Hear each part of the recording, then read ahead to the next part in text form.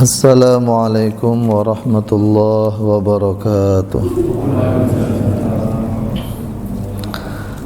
Bismillahirrahmanirrahim. Alhamdulillahi wa kafa wa salamun ala ibadihi alladhina istafa. Amma ba'du.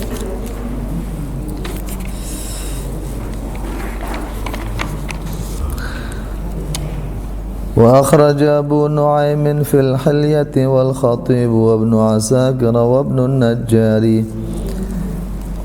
Imam Abu Nuaim dalam kitab Al-Hilyah dan Imam Al-Khatib dan Imam Ibnu Asakir dan Imam Ibnu Najjar rahimahumullah. Beliau itu mengeluarkan riwayat dari sahabat Abu Hurairah radhiyallahu anhu. Qala, beliau berkata, dakhaltu 'ala an-nabiy sallallahu alaihi wasallam. Saya masuk menjumpai baginda Nabi sallallahu alaihi wasallam wa huwa yusalli jalisan. Sedangkan beliau waktu itu salat dalam keadaan duduk. Faqultu ya Rasulullah, maka saya berkata, wahai Rasulullah, araka tusalli jalisan fama asabaka. Saya melihat Tuhan salat sambil duduk, maka apakah sebenarnya yang menimpa Tuhan? Qala al-ju'u ya Aba Hurairah. Baginda Nabi sallallahu alaihi wasallam menjawab, lapar wahai Abu Hurairah. Fabakaitu, maka saya pun menangis. Faqala, kemudian beliau bersabda, la tabki ya Aba Hurairah, janganlah kamu menangis wahai Abu Hurairah. Fa inna shiddatal hisabi yaumal qiyamah, karena beratnya hisab pada hari kiamat, la tusibul ja'i'a, tidak akan menimpa orang yang lapar. Idza ihtasaba, jika dia ihtisab, ridha dan mengharap pahala dari Allah Subhanahu wa taala, fi darid dunya, di negeri dunia ini, di kehidupan dunia ini, kadza fil kanzi. Wa akhraja Ahmad wa ruwatuhu ruwatus sahih. Imam Ahmad mengeluarkan riwayat dan semua rawinya adalah sahih. An Aisyah radhiyallahu anha, dari Siti Aisyah radhiyallahu anha. Qalat, beliau berkata, arsala ilaina alu Abi Bakrin biqaimati syatin lailan. Keluarga Abu Bakar telah mengirim kepada kami dengan kaki kambing pada satu malam. Fa amsaktu wa qata'an nabiyyu sallallahu alaihi wasallam. Kemudian saya yang memegang kaki kambing itu dan Nabi yang memotong-motongnya, memotong-motong dagingnya. Au qalat fa amsaka Rasulullah sallallahu alaihi wasallam wa qata'tu. Atau Rasulullah yang memegang, kemudian saya yang memotongnya. Qala fataqulu lilladzi tuhaddithu hadza ala ghairi misbahin. Kemudian Siti Aisyah radhiyallahu anha berkata kepada orang yang beliau ajak bicara bahwa kejadian itu adalah dalam keadaan gelap, tidak ada lampu sama sekali. Faqultu, maka saya rawi berkata, ya Ummul Mukminin, ala misbah, ala ghairi misbah, wahai Ummul Mukminin, tidak ada lampu? Qalat, law kana indana duhnun ghairu misbahin lakalnahu. Seandainya ada pada kami minyak yang digunakan untuk lampu, maka minyak itu sudah habis sebelumnya untuk kami makan. Kadza fit targhib. Hadirin jemaah yang dimuliakan oleh Allah Subhanahu wa ta'ala, bulan Ramadan bulan yang identik dengan rasa lapar. Semua orang merasakan, kecuali orang yang tidak berpuasa tentu. Tetapi di zaman baginda Nabi sallallahu alaihi wasallam, orang lapar itu tidak harus bulan Ramadan. Jadi para sahabat merasakan lapar itu hari-hari biasa, bulan-bulan biasa pun sudah biasa. Karena Madinah itu adalah daerah pertanian korma, dan untuk kebutuhan-kebutuhan lain mereka bergantung dengan daerah luar. Ketika Madinah sudah menjadi komunitas muslim, otomatis hubungan dengan daerah luar tidak lagi harmonis, sehingga mendatangkan bahan-bahan makanan dari luar sulit. Kayak Singapura lah. Singapura itu untuk makanan sehari-hari bergantung dengan negara lain. Kalau kita Indonesia, Malaysia nggak jual makanan, mau makan apa dia? Tapi hidup ini memang sudah Allah atur supaya satu sama lain saling membutuhkan, saling menolong, makhluk sosial. Nah, Madinah ini memang secara sumber daya alam kurang, apalagi setelah komunitas Islam terbentuk, hubungan dengan suku-suku lain susah, apalagi para sahabat memang lebih disibukkan dengan urusan-urusan agama. Sedikit-sedikit pergi dakwah, sedikit-sedikit pergi jihad, sedikit-sedikit urusan ini, urusan itu. Jadi ekonomi itu gak begitu diurus oleh para sahabat. Akhirnya yang namanya kelaparan itu sudah makanan hari-hari. Sehingga tadi diceritakan, sahabat Abu Hurairah radhiyallahu anhu berkata, saya masuk ke rumah Nabi sallallahu alaihi wasallam, dan waktu itu beliau sholat sambil duduk. Kemungkinan sholat sunnah. Maka saya bertanya, ya Rasulullah, saya melihat Tuhan sholat sambil duduk, apa yang terjadi? Maka baginda Nabi sallallahu alaihi wasallam bersabda, lapar wahai Abu Hurairah. Ini saya sholat sambil duduk bukan karena sakit, bukan, karena lapar. Jadi Rasulullah saking laparnya tidak kuat sholat berdiri, sholatnya sambil duduk. Kalau kita saking kenyangnya nggak kuat sholat berdiri, akhirnya sholatnya duduk. Jadi beda tipis saja. Orang itu kalau buka sampai kenyang, nanti habis sholat maghrib tambah lagi. Isya itu sudah berat badannya, sehingga untuk tarawih 20 rakaat berat. Tarawih yang 8 kalau rakaatnya panjang-panjang berat juga. Maka di India itu ada seorang ulama besar namanya Syekh Maulana Muhammad Zakaria rahimahullah. Karangan kitabnya banyak, lebih dari 80 kitab, baik yang berbahasa Hindi, India, atau berbahasa Urdu, Pakistan, atau yang berbahasa Parsi, Iran, atau bahkan kitab-kitab yang berbahasa Arab. Ada kitab beliau itu namanya Aujazul Masalik, 18 jilid, segini nih, 18 jilid. Itu syarah terhadap kitab Muwatta'nya Imam Malik. Imam Malik itu madhab Maliki. Kitab beliau disyarahi ulama-ulama banyak. termasuk Syekh Maulana Zakaria. Dan beliau itu orang mazhab Hanafi. Tapi orang-orang Maliki ketika melihat kitab Aujazul Masalik, mereka membayangkan seakan-akan Syekh Maulana Zakaria ini orang yang bermadhab Maliki, saking alimnya.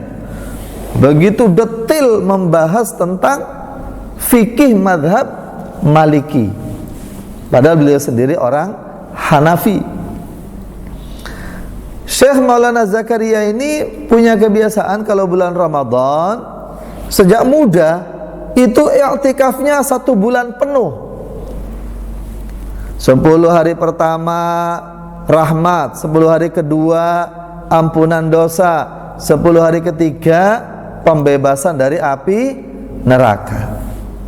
Untuk bebas dari api neraka butuh ampunan, butuh rahmat. Barang siapa i'tikaf, man i'takafa 10 ayyamin fi Ramadan.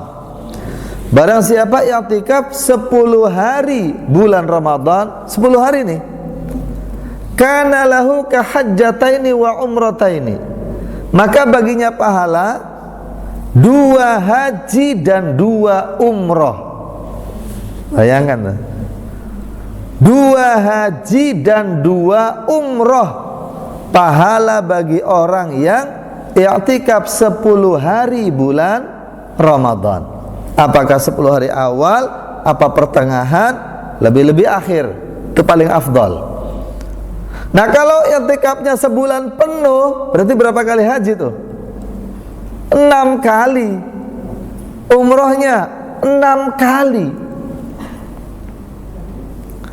Dan i'tikafnya betul-betul enggak keluar dari masjid, kecuali untuk pergi ke toilet, mau mandi, mau buang air besar, buang air kecil, nyuci, itu saja.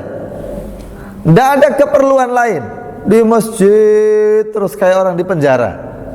Nanti makanannya diantar, minumannya diantar oleh keluarganya. 1 bulan penuh. Dan beliau memilih, jadi memilih cara makan, itu juga bagus tuh. Bukan hanya mengurangi makan, tapi memilih cara makan. Apabila maghrib tiba, beliau tidak akan makan berat.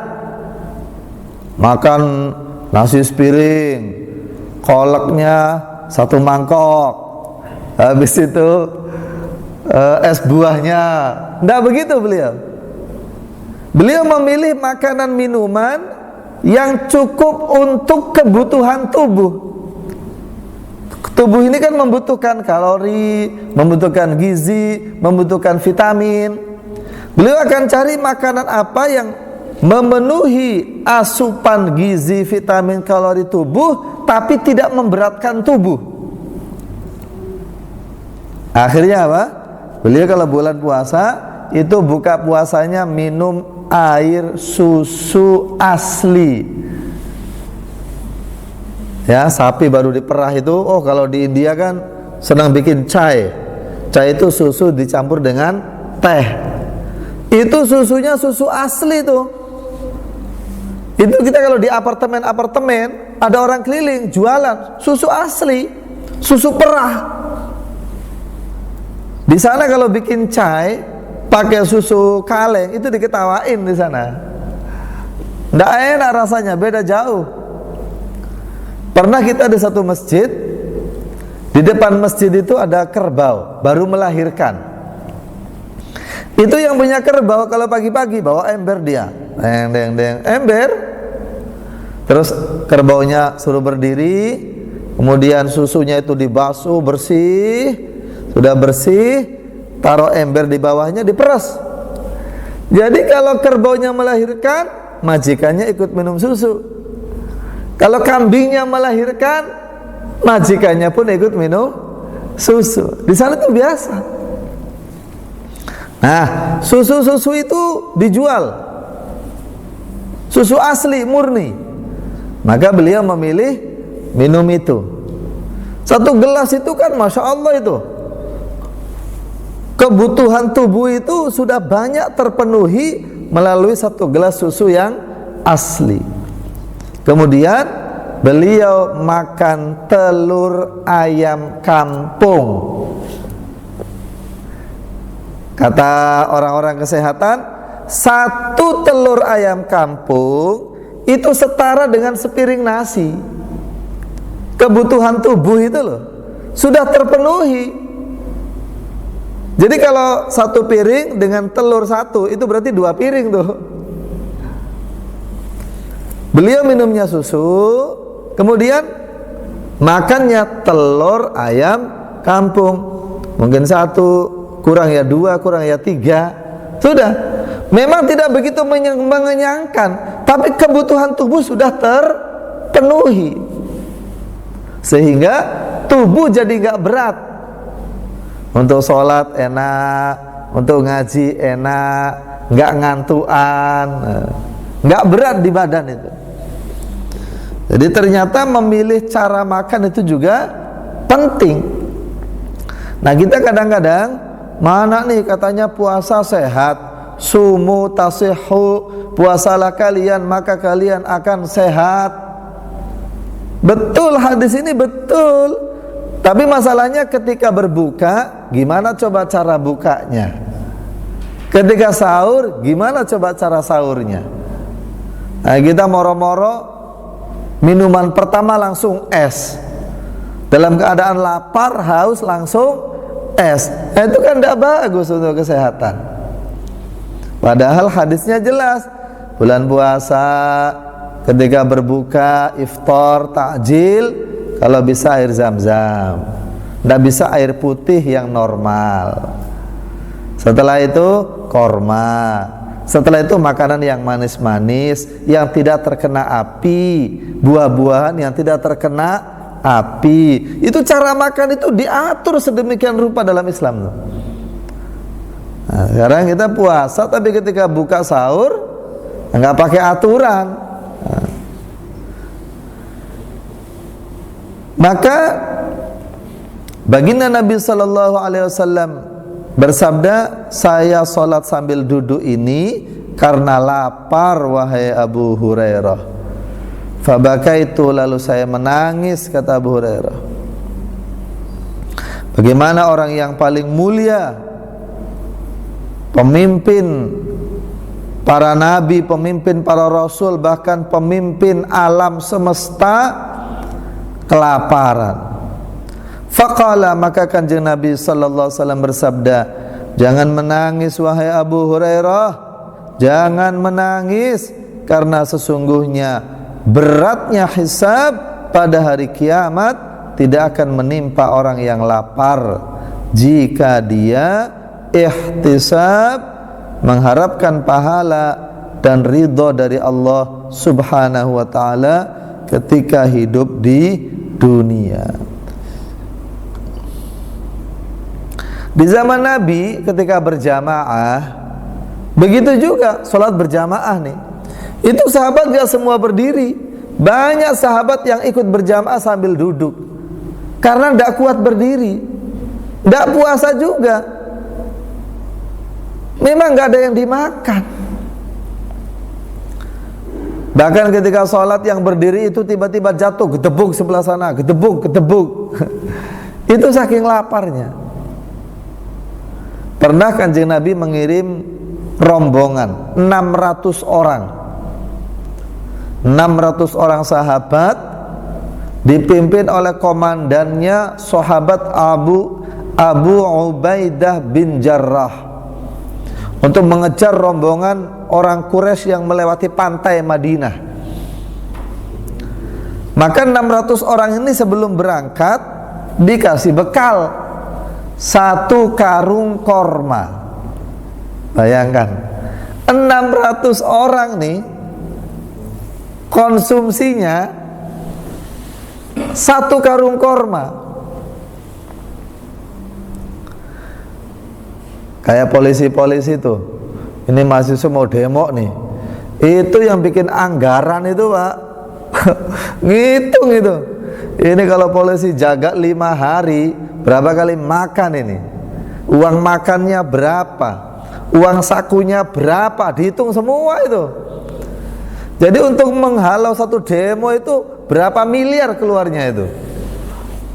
Jadi kalau sering-sering demo ya sering-sering keluar duit itu polisi itu. Karena tidak main-main untuk menjaga itu. Uang makannya, uang sakunya, belum kalau ada yang terluka segala macam, banyak itu. Ini 600 orang nih mau mengejar rombongan orang Quraisy yang melalui pantai Madinah. Hanya dibekali 1 karung korma. Maka ditanya, gimana caranya? Kita diberi 1 orang 1 korma, 1 orang 1 korma, 1 orang 1 korma, dan kami hanya mengemut-ngemutnya saja, kayak permen, dimut-mut. Nah, nanti ngambil air diminum, kan enak tuh, manis rasanya, masuk itu. Nanti kormanya disimpan lagi, nanti agak siang dimut-mut, sudah enak, manis di mulut, baru ambil air, minum. Jadi enak rasanya. Tapi kormanya nggak ditelan. Begitu kami setiap hari. Nah, nanti sudah nggak manis lagi, baru dimakan. Sudah nggak manis lagi, baru dimakan. 1 hari 1 kurma. 600 orang. Lah 1 karung dibagi 600 orang sehari 1, berapa hari sudah habis. Sedangkan mengejar rombongan Quraisy ini nggak jelas waktunya. Akhirnya apa? Ketika kurma 1 karung sudah habis, kami memakan daun-daunan di padang pasir loh, di pantai. Bukan pantai kayak Indonesia begini tambak banyak rumput.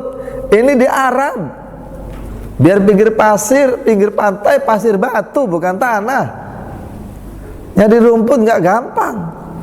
Sampai ketika rumput-rumput yang hijau habis, kami makan rumput-rumput kering sampai bibir-bibir kami terbelah-belah, perih rasanya, berdarah-darah bibir ini. Setelah kami berhari-hari di situ, Allah Subhanahu wa ta'ala mendatangkan ikan ambar.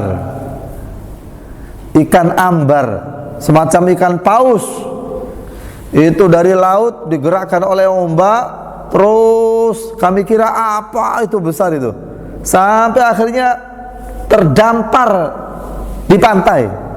Ikan besar. Akhirnya kami pun mengiris daging ikan itu setiap hari. Kami makan sepuasnya, sesukanya, sehingga kami di situ sampai agak gemuk, makan daging terus. Itu ikan saking besarnya, Pak, matanya itu loh, matanya ikan itu, setelah kami ambil matanya, itu lubangnya bisa dimasuki 10 orang. 10 orang masuk di matanya itu lo bisa. Jadi ikannya segede apa itu? Hari-hari kami makan daging ikan terus, dibakar sampai selesai. Kira-kira hampir 1 bulan kami di situ.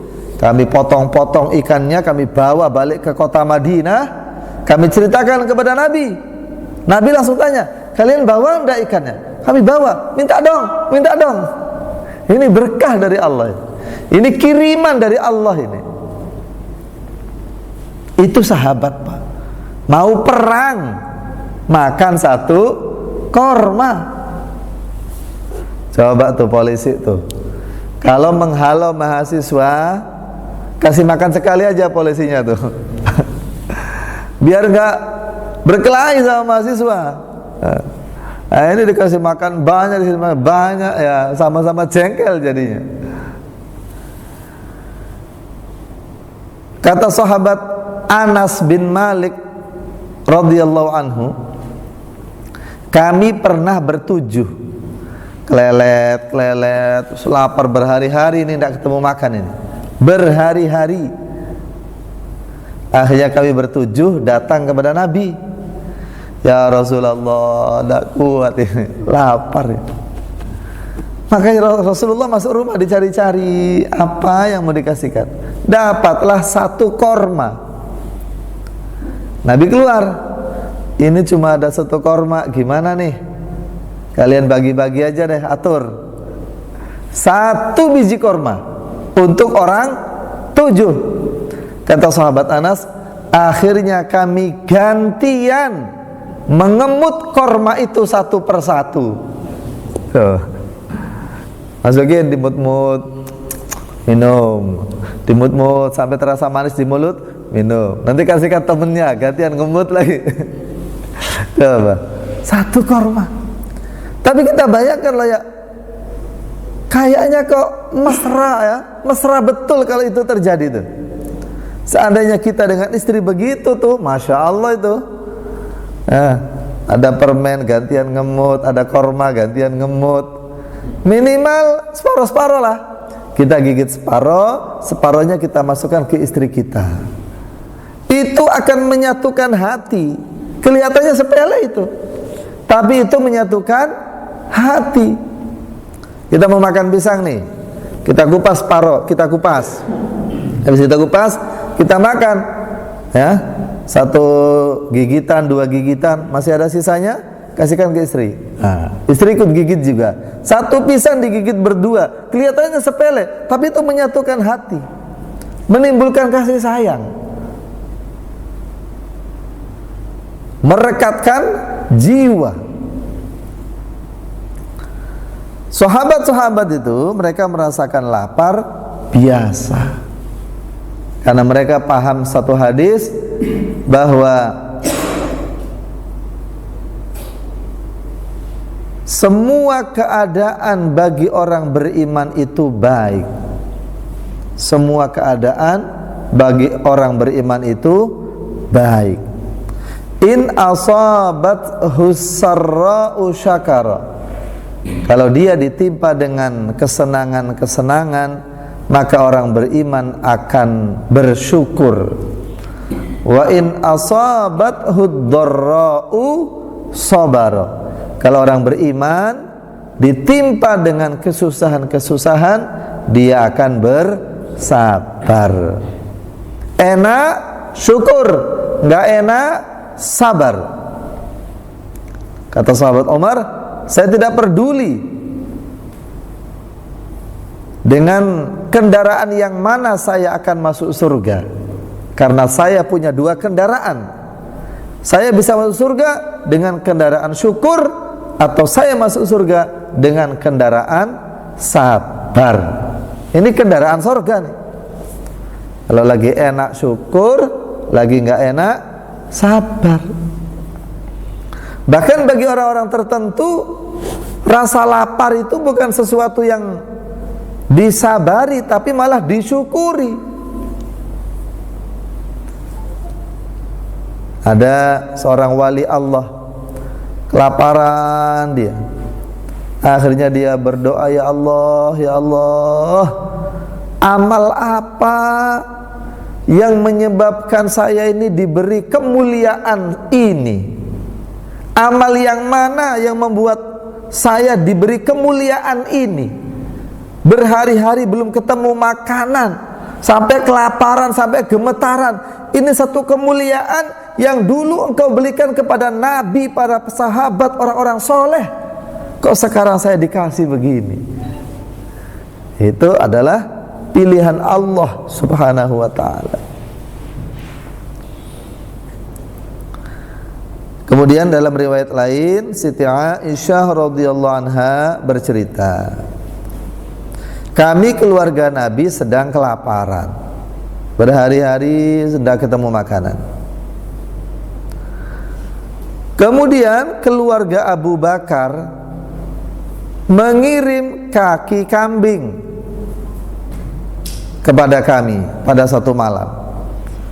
Nah, kaki kambing jadi harus dipotong-potong, sudah matang, mungkin sudah matang atau belum, yang jelas harus dipotong-potong. Maka saya yang megangi, Nabi yang motong-motong dagingnya, atau Nabi yang megang, saya yang motong-motong. Malam-malam nih, Dan ketika kami memotong-motong itu ala ghairi misbahin, tidak ada lampu, gelap-gelapan. Maka rawi penasaran, nah terus kok bisa gelap-gelapan begitu? Emang gak ada minyak untuk menyalakan lampu? Kata Siti Aisyah, seandainya ada minyak, minyak itu pun sudah kita makan duluan. Saking tidak ada makanannya nih, seandainya ada minyak, itu pun minyak kami makan, bukan untuk lampu. Kayak minyak zaitun itu kan langsung dimakan kan bisa itu. Minyak zaitun ditaruh di piring, nanti dicolek-colek pakai roti tawar, itu kan enak itu. Atau langsung diminum. Kalau yang original, wah, masya Allah. Kita pernah di Turki, Pak. Di Turki itu yang namanya kebun zaitun, masya Allah, kebun zaitun itu sepanjang mata memandang, Pak. Kalau kita naik bis itu, begitu kita mau kebun, itu bisa ratusan hektar, masya Allah. Itu kalau minyaknya nggak masuk pabrik, buahnya ini nggak masuk pabrik, tapi masih di home industry, itu rasanya lebih enak, Pak. Rasanya lebih enak, lebih asli, beda jauh rasanya. Kalau sudah di pabrik kan sudah ada olahan-olahan, campuran-campuran, ya kan. Itu kalau yang asli diminum begitu enak.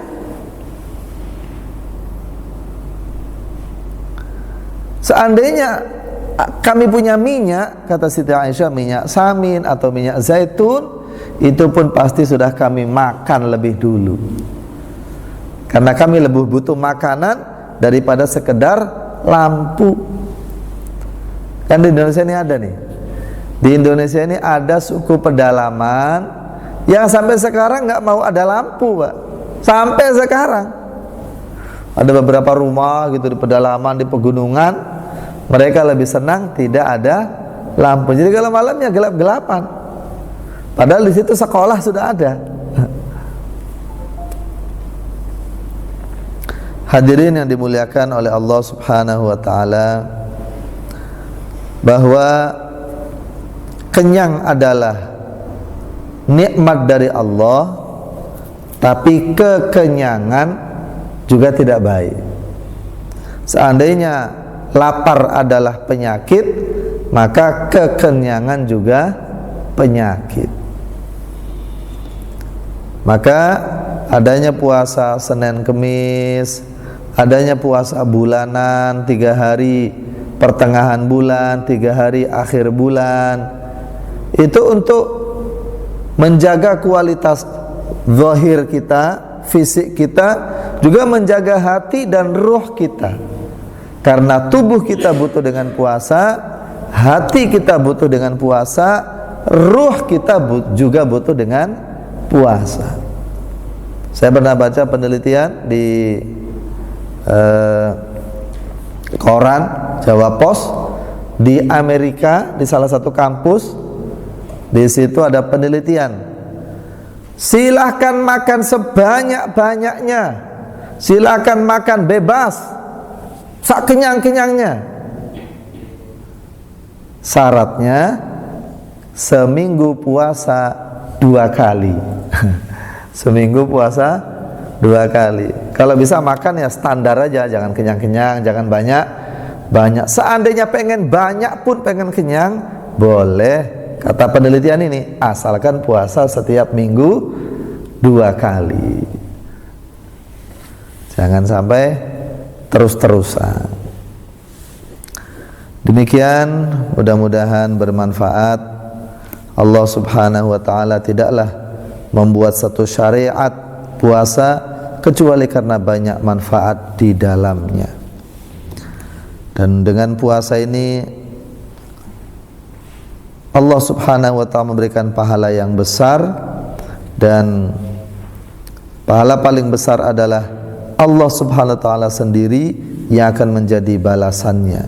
Wa ana ujza bihi, As-shaumu li wa ana ujza bihi. Puasa itu untukku dan akulah yang akan menjadi balasannya secara langsung.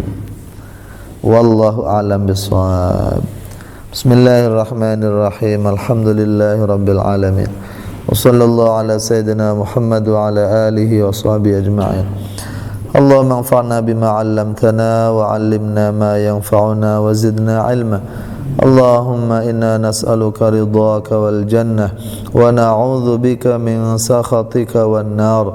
Allahumma innaka 'afuwun tuhibbul 'afwa fa'fu 'anna ya karim. Allahumma barik lana fi Ramadan wa barik Ramadan lana wa atina nasibana min lailatul qadar bi rahmatika ya arhamar rahimin. Allahumma taqabbal minna salatana wa siyamana wa qiyamana wa ruku'ana wa sujudana wa qu'udana wa qira'atana wa takhashu'ana wa tadarru'ana wa ta'abbudana wa tasadduqana wa jami'a a'malina wa tammim taqsirana ya rabbal alamin. Rabbana atina fid dunya hasanah wa fil akhirati hasanah wa qina adzaban nar. Sallallahu ala sayyidina Muhammad wa ala alihi wa sahbihi wasallam. Alhamdulillah. Subhanallah wa bihamdihi, subhanakallahumma wa bihamdika, ashhadu an la ilaha illa anta, astaghfiruka wa atubu ilaik. Wassalamu alaikum warahmatullahi wabarakatuh.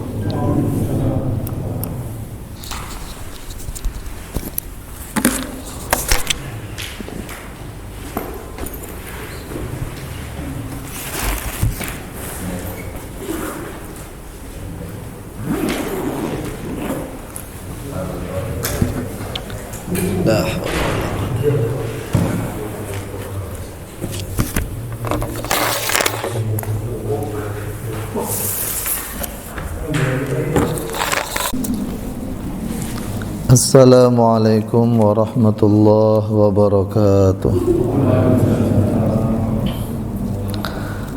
Bismillahirrahmanirrahim. Alhamdulillahi wa kafa wa salamun ala ibadihi alladhina istafa. Amma ba'du.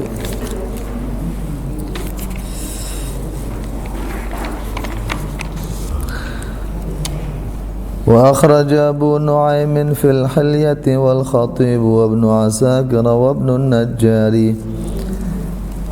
Imam Abu Nuaim dalam kitab Al-Hilyah